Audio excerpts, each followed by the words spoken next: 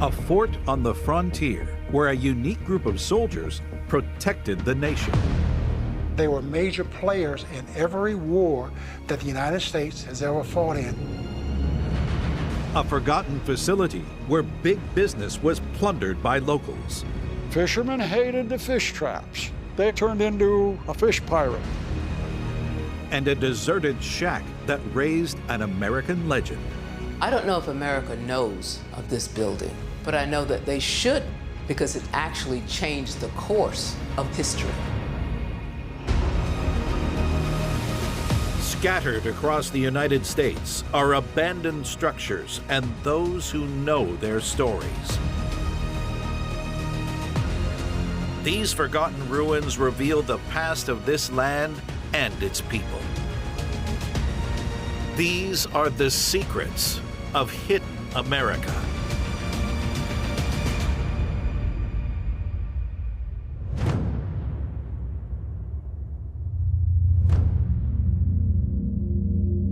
In the Arizona desert, near the Mexican border, is a site where pioneers fought to protect the nation.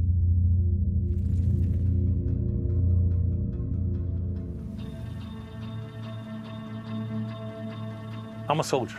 I did 20 years in the military, so when I stand where they stood, it's like me touching them and them touching me. We're right at the southern end of Arizona, just 600 yards from the border. For a large part of American history, this was the front line. Men on horseback could appear out of nowhere, cause mayhem, and then ride off into the wilderness. One place was built to contain the mayhem. There's a collection of buildings in this area, and they appear to be made from mud or from the desert itself.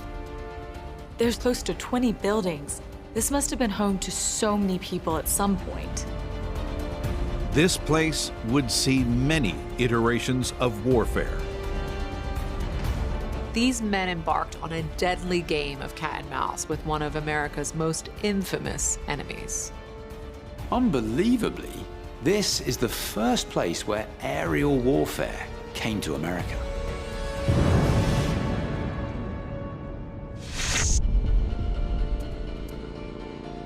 Veteran Carlos Lobo Bezan was brought to this area by the military over 30 years ago.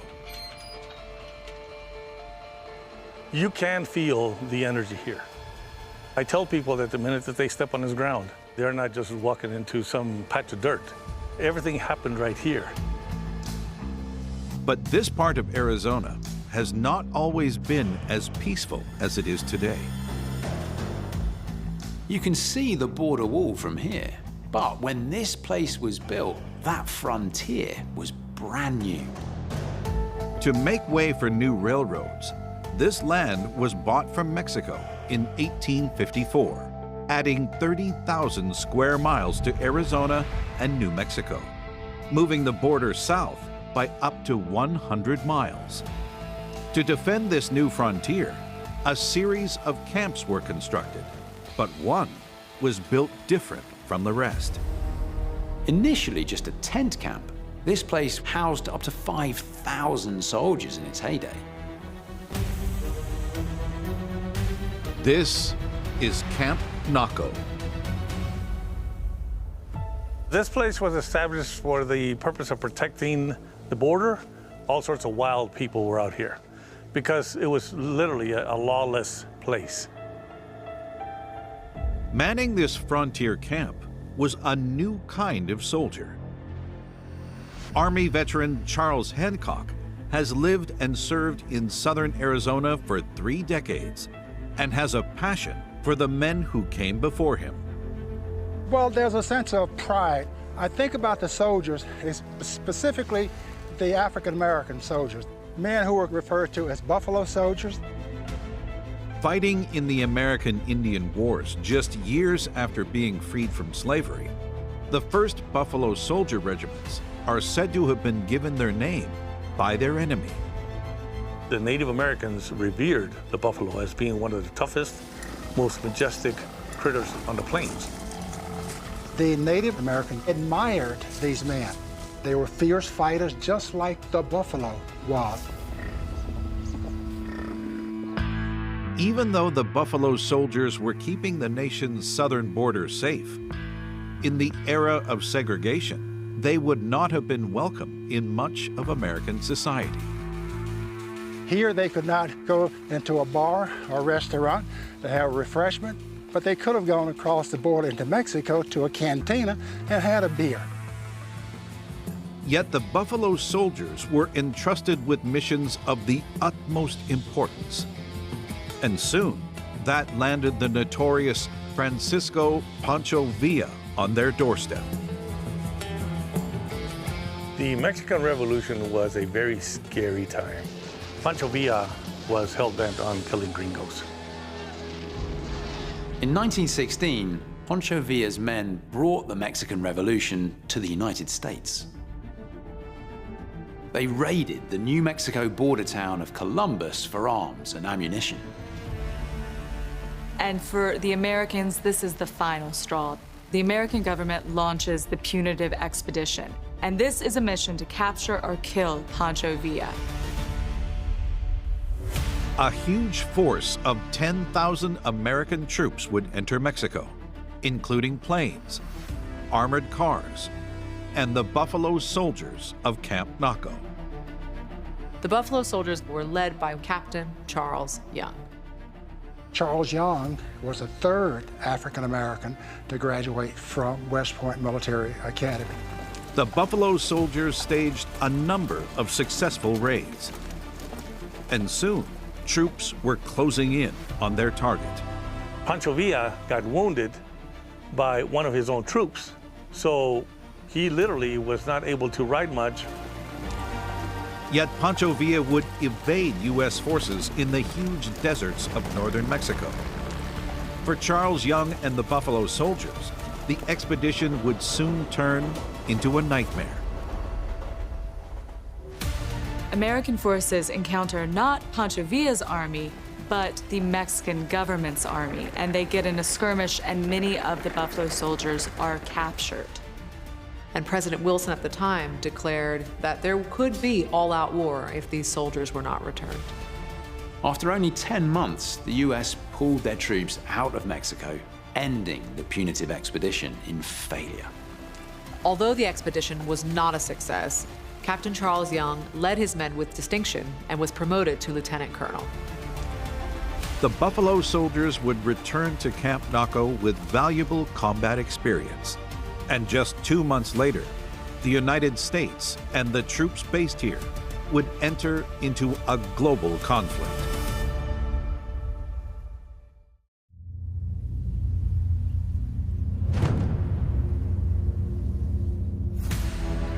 Just hundreds of yards from the Mexican border, Camp Naco has long watched over this part of North America's largest desert.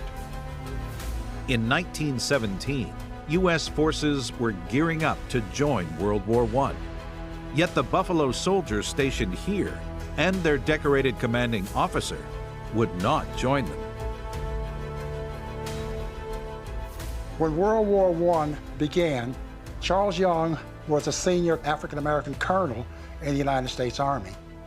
Had Young been allowed to stay on active duty and participate in World War I, Young probably would have been the first African-American general officer. Many white officers refused to serve under a black superior, and President Woodrow Wilson himself confirmed his forced retirement. The Buffalo Soldiers of Camp Naco would stay in Arizona for the duration of the war.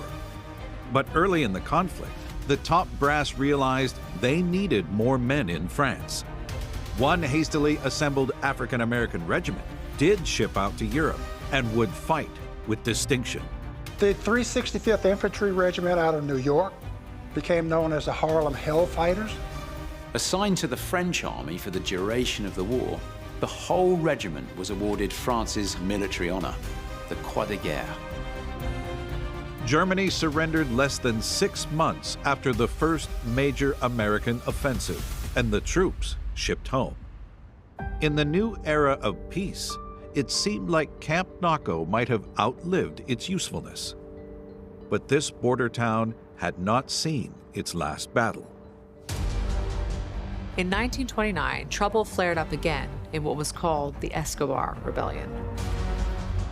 An American pilot hired by the rebels was meant to bomb the Mexican side of the border, but accidentally hit Naco, Arizona instead. Ends up hitting a Mexican general's car who had left it on that side of the border for safekeeping. What he did achieve, however, was the first aerial bombardment of American soil, over a decade before Pearl Harbor.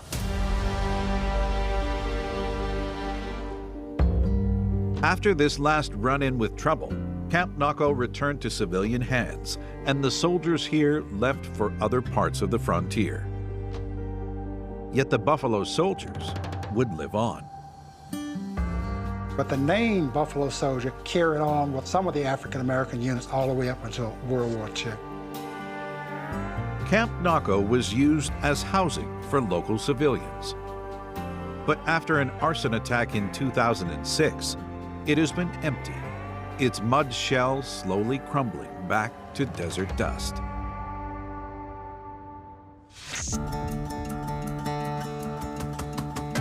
Today, over a century after it was built, Camp Naco might have a second chance.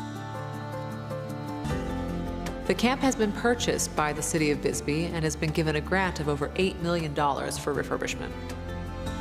There is a history within our own nation that needs to be told. Some way, somehow, this was forgotten. We can't forget it anymore because this is part of our nation. And those soldiers did something that none of us could ever imagine doing.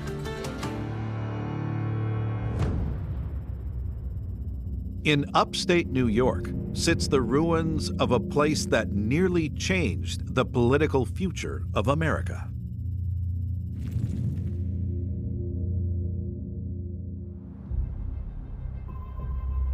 We're in a part of New York that's dominated by the Catskill Mountains. It's an especially beautiful place, known for the resorts that used to attract people to escape the city.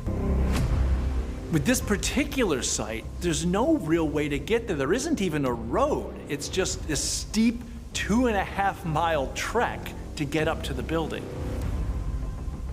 There are signs warning of rattlesnakes attached to the trees. Coming up here is not for the faint-hearted. The mist and trees hide the skeleton of a long-forgotten building.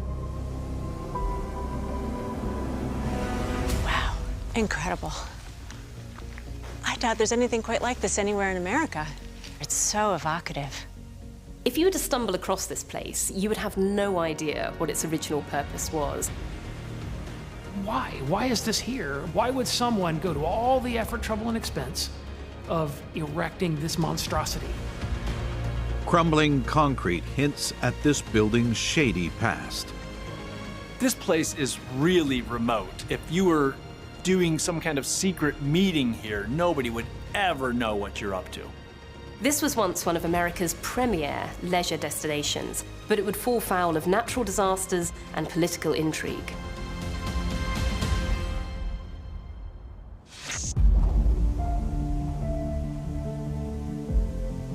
Betsy Jacks has lived in the Catskills her whole life and is an expert on the area's strange history. It is a bit of a hike, but definitely worth it. It's so unusual to find something that looks like a Roman ruin. I feel like we've gone back in time in this slightly spooky, slightly beautiful place. For hundreds of years, this area was a mystery to many New Yorkers. In the early 1800s, the super wealthy of the United States would go on vacation to Europe. Europe was seen as the old cultural capital, and America was seen as uncouth and wild. But urban New Yorkers would soon find out what they were missing. Thomas Cole, the father of American landscape painting, loved this area, and he based many of his most famous paintings here. Thomas Cole painted these areas that were considered dangerous, and he thought that was really exciting, and so his paintings played up the danger. He would bring in a storm cloud over one side and these dead, craggy trees. Surprisingly, Cole's paintings would start a vacation revolution. A whole new movement was started in a new way to take a vacation, which was to go to the mountain house. Perched in the clouds on Overlook Mountain, this was one of the most ambitious hotels of its era. This is the Overlook Mountain House. With over 300 guest rooms and at an elevation of 3,000 feet, the Overlook was the highest Catskills hotel of them all. The Overlook Mountain House became so popular, it attracted the attention of the most powerful man in the land.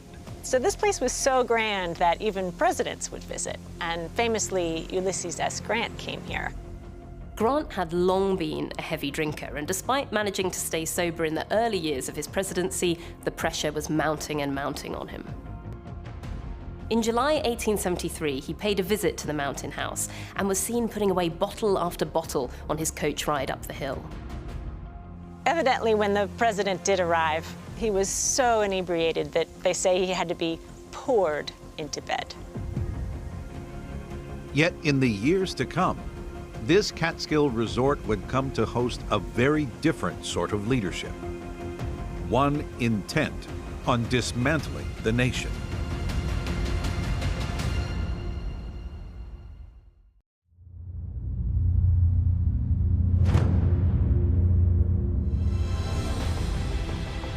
The Overlook Mountain House near Woodstock, New York, was one of the premier hotels in the Catskills, but it was soon hit with tragedy.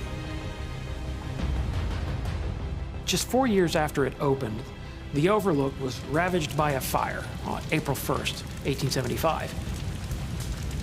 The cries of fire were originally ignored because it was April the 1st, and people assumed it was an April Fool's Day joke. Can you imagine this whole enormous place erupting in flames? It must have been quite a sight for miles and miles. The Overlook Mountain House would be rebuilt and reopened just 2 years later, but its secluded location would attract some politically shady guests with Russian connections. In October 1917, the old Romanov dynasty was brought down by a communist insurrection. The Marxist workers' revolution in Russia would lead to a Red Scare in the United States. In the early 1920s, a young J. Edgar Hoover was in charge of monitoring these radical political groups, and he had spies in nearly every communist group in America. And one of those infiltrators found himself at a meeting at the Overlook Hotel. During the 1920s, the Overlook Mountain House led a double life as the unofficial headquarters of the Communist Labor Party. I think this would be a really perfect place for a secret meeting because it is absolutely in the middle of nowhere. It's just so remote. In May 1921, it was the setting of the Unity Convention of Communist Parties, a secret 4-day meeting of leaders of communist parties from across America. And during this meeting, these various communist factions agreed to come together and form what will eventually become the Communist Party USA. There was also evidence of Russian involvement. Hoover's informer reported that the Soviets had sent the group $50,000, along with encouragement to come out into the open and seize power in America. But J. Edgar Hoover made it a personal mission to thwart this party throughout the whole of his 48-year career with the FBI, and I think it's fair to say he certainly succeeded.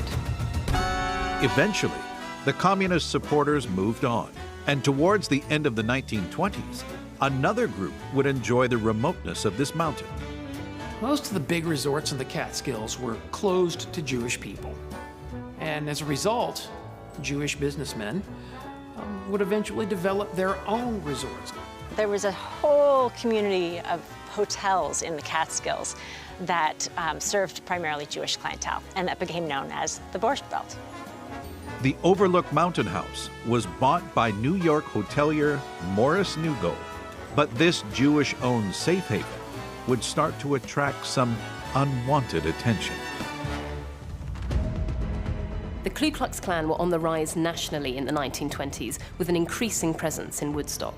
Not long after this, the Overlook Mountain House burned down for a second time, and many believed that arson was the cause.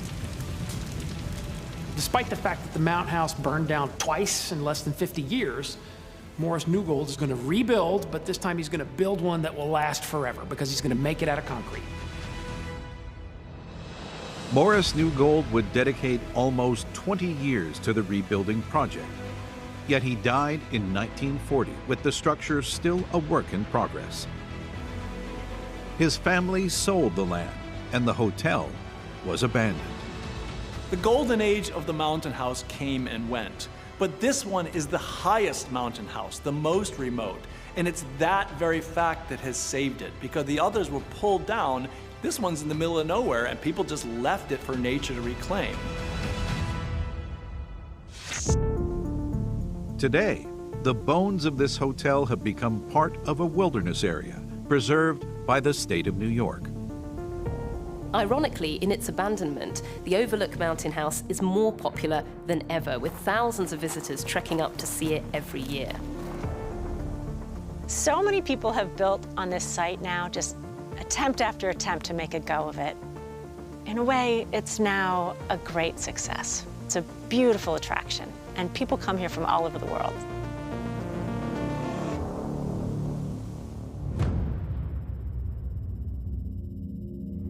In Alabama, an unassuming building nurtured a national icon.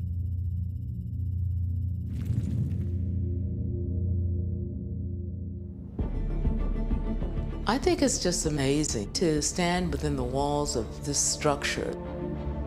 It changed the course of America. 3 miles from the town of Abbeville, an abandoned structure stands alone in the fields. This house has clearly not been used for a long time. The windows are broken, and the wood is splintered. Despite its dilapidated appearance, these walls nourished a journey that sent shockwaves through every corner of America. She was courageous, she was unselfish, she influenced what I am and who I am today. This underdog story started here, in the middle of nowhere, but it ended in the nation's capital with the country's highest honors.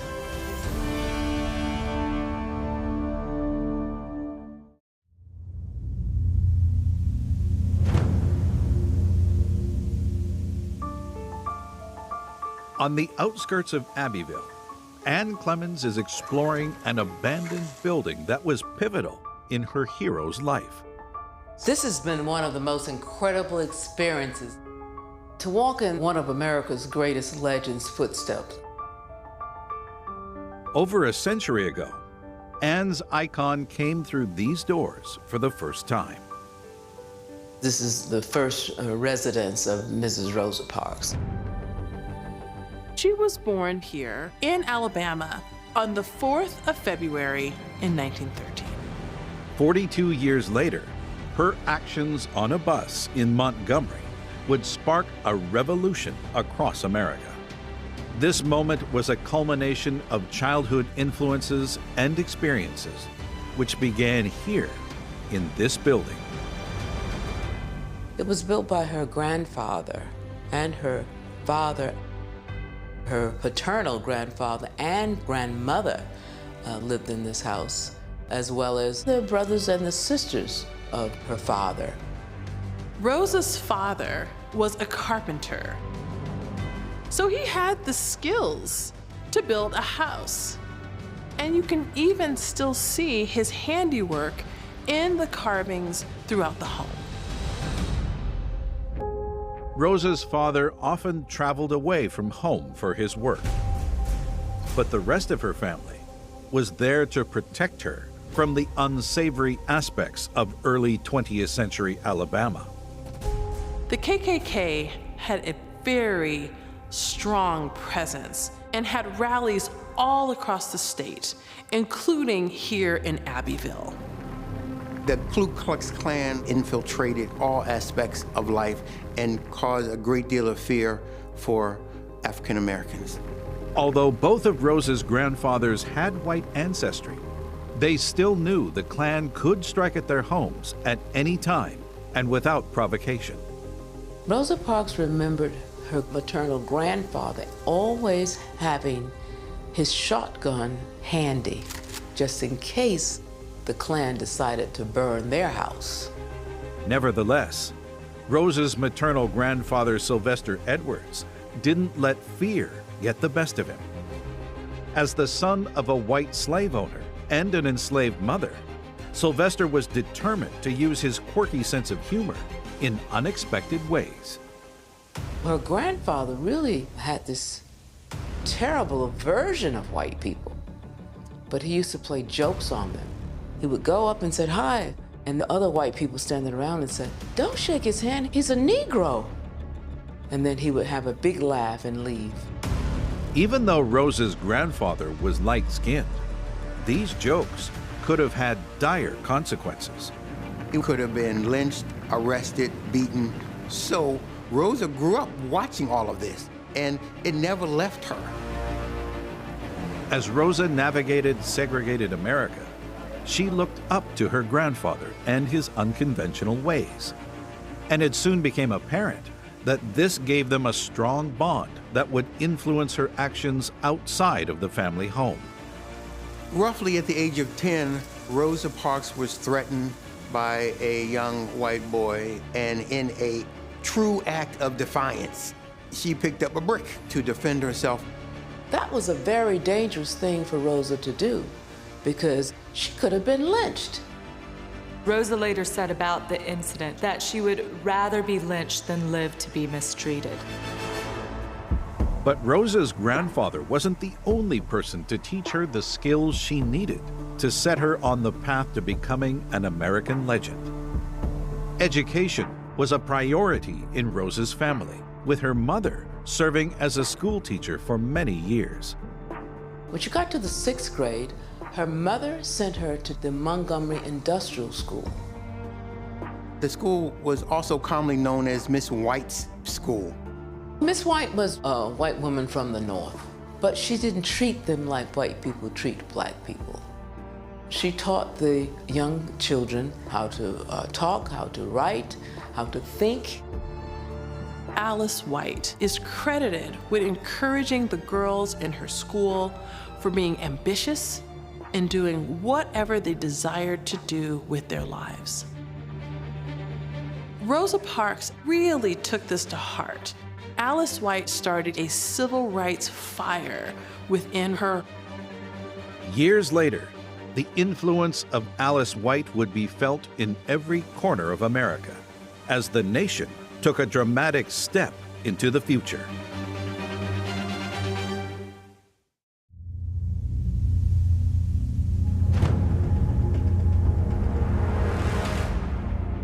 In Alabama, the influences that would make Rosa Parks a hero began in this home.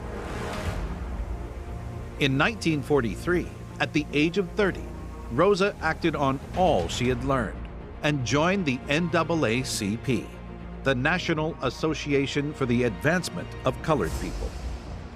When Rosa Parks was a member, she had many tasks.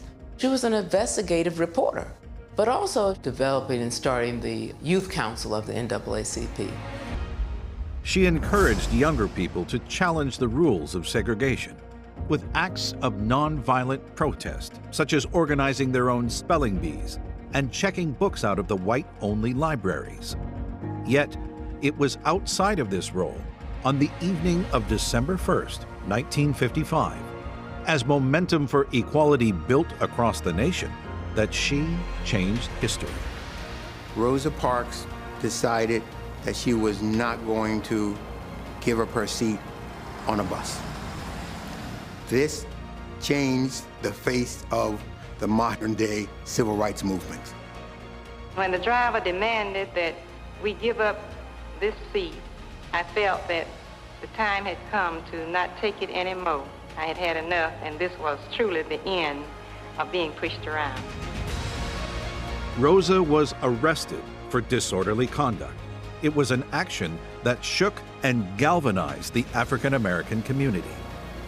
Over the course of the next year, over 50,000 African Americans in the city boycotted the public busing system. This boycott became a catalyst for change for the civil rights movement across America. But Rosa's story didn't end there. She went on to receive the Medal of Freedom award. So from this little cottage in rural Alabama, Rosa became someone who really affected profound change in America. Despite this humble beginning, when Rosa died on October 24, 2005, her body was given the nation's highest honor. She had a statesman's funeral. She was the first non-government person to receive that honor. She also was the first woman, not to mention African-American woman, to lie in state in the rotunda at the Capitol.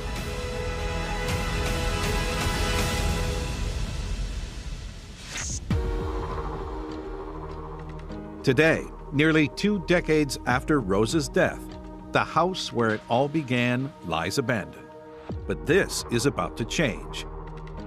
Jerry Lathan and his team of historic restorationists are planning to move the building to a more accessible location and convert it into a museum. The goal is if a young Miss Parks walked back into this museum herself, she would recognize everything. It would look exactly like it did when she was a child. I think that this building should be preserved in any way possible, even if it has to be relocated, because America should know about this building, because it actually changed the course of history.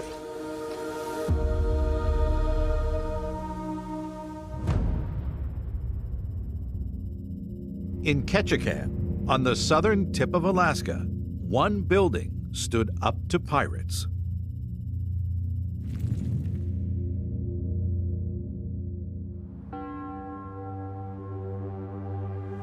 These buildings are special. This place helped Alaska become a state. This is George Inlet. It's a beautiful, almost pristine environment. But in the middle of it all, there's these old buildings. They almost look industrial. They're driven into piles in the water. Why on earth are these buildings here, half in, half out? Scattered around the structures are clues to their purpose. There's these rusting relics, parts of ships possibly, or winches. Once, these belonged to a trade that put Alaska on the map. These buildings are one of the oldest buildings of this industry. But for the sake of keeping up with demand, these structures ended up driving a wedge into the community. Many locals saw the pirates as heroes, a bit like Robin Hood.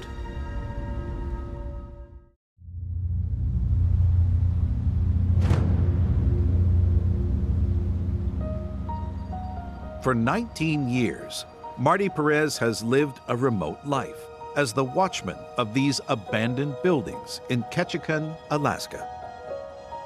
This place is special to me because it was quiet. I first came here and I think it was fall of '97. Working here, Marty has followed in his father's footsteps. Yet his father had a very different experience. My dad was a fisherman all his life, and he started sailing for this place in 1950. Marty's dad was fishing for one of Alaska's most abundant resources.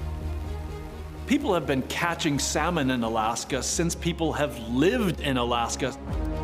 Constructed in 1914, these structures were built to exploit a natural phenomenon that millions of salmon undergo each year. When they leave the ocean, they swim up Alaska's rivers to spawn and die.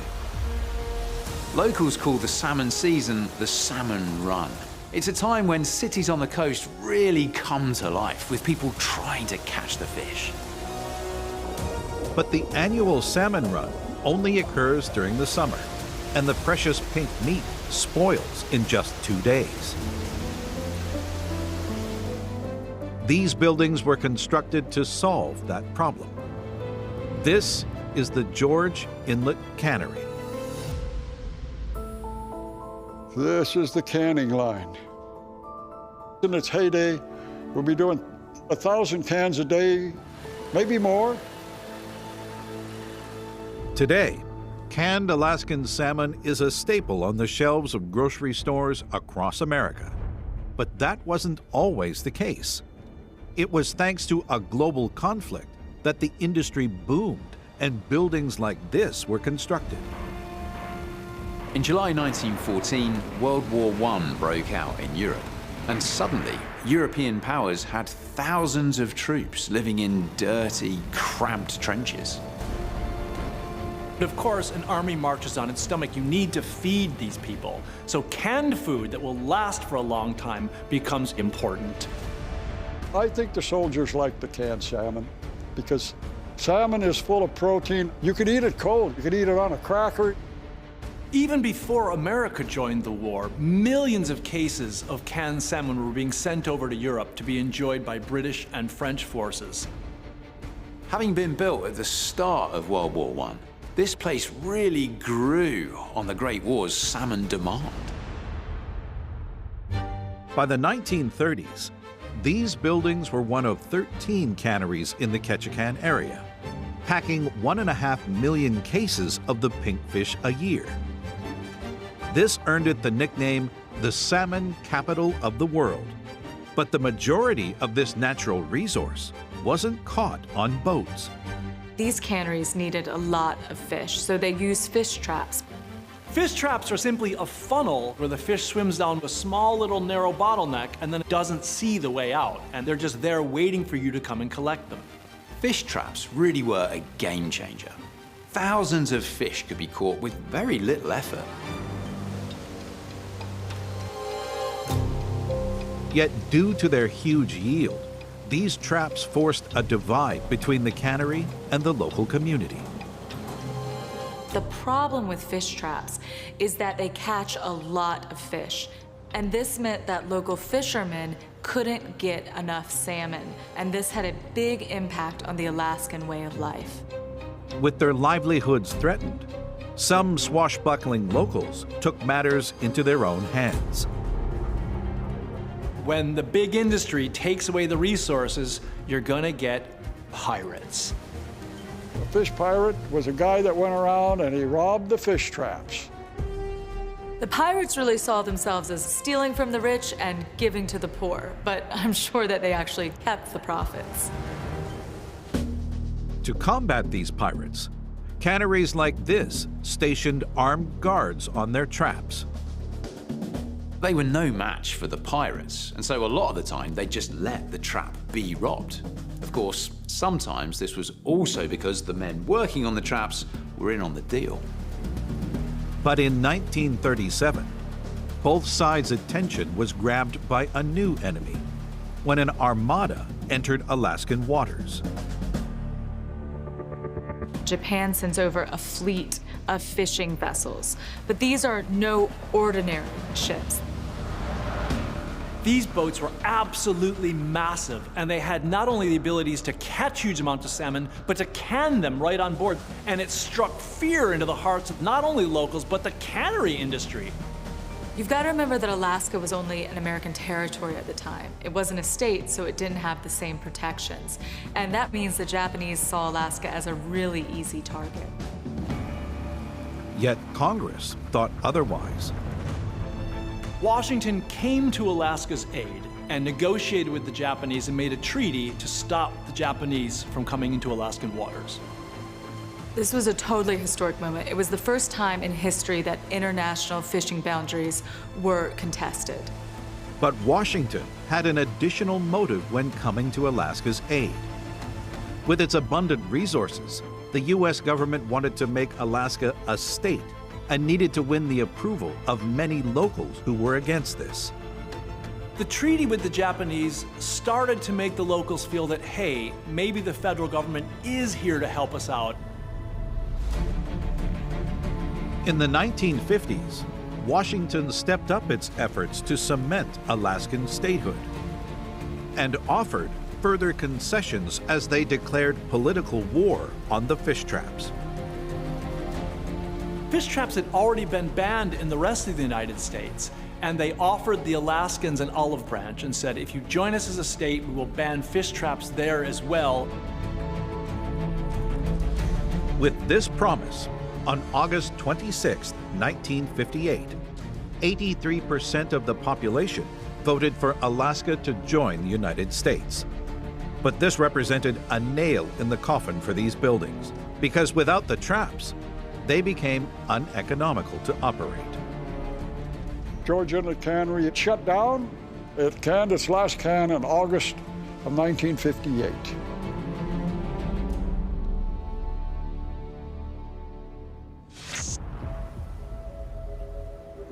Today, nearly 7 decades later, Ketchikan is still known as the salmon capital of the world. And while fish are no longer canned here, these buildings still contribute to that name.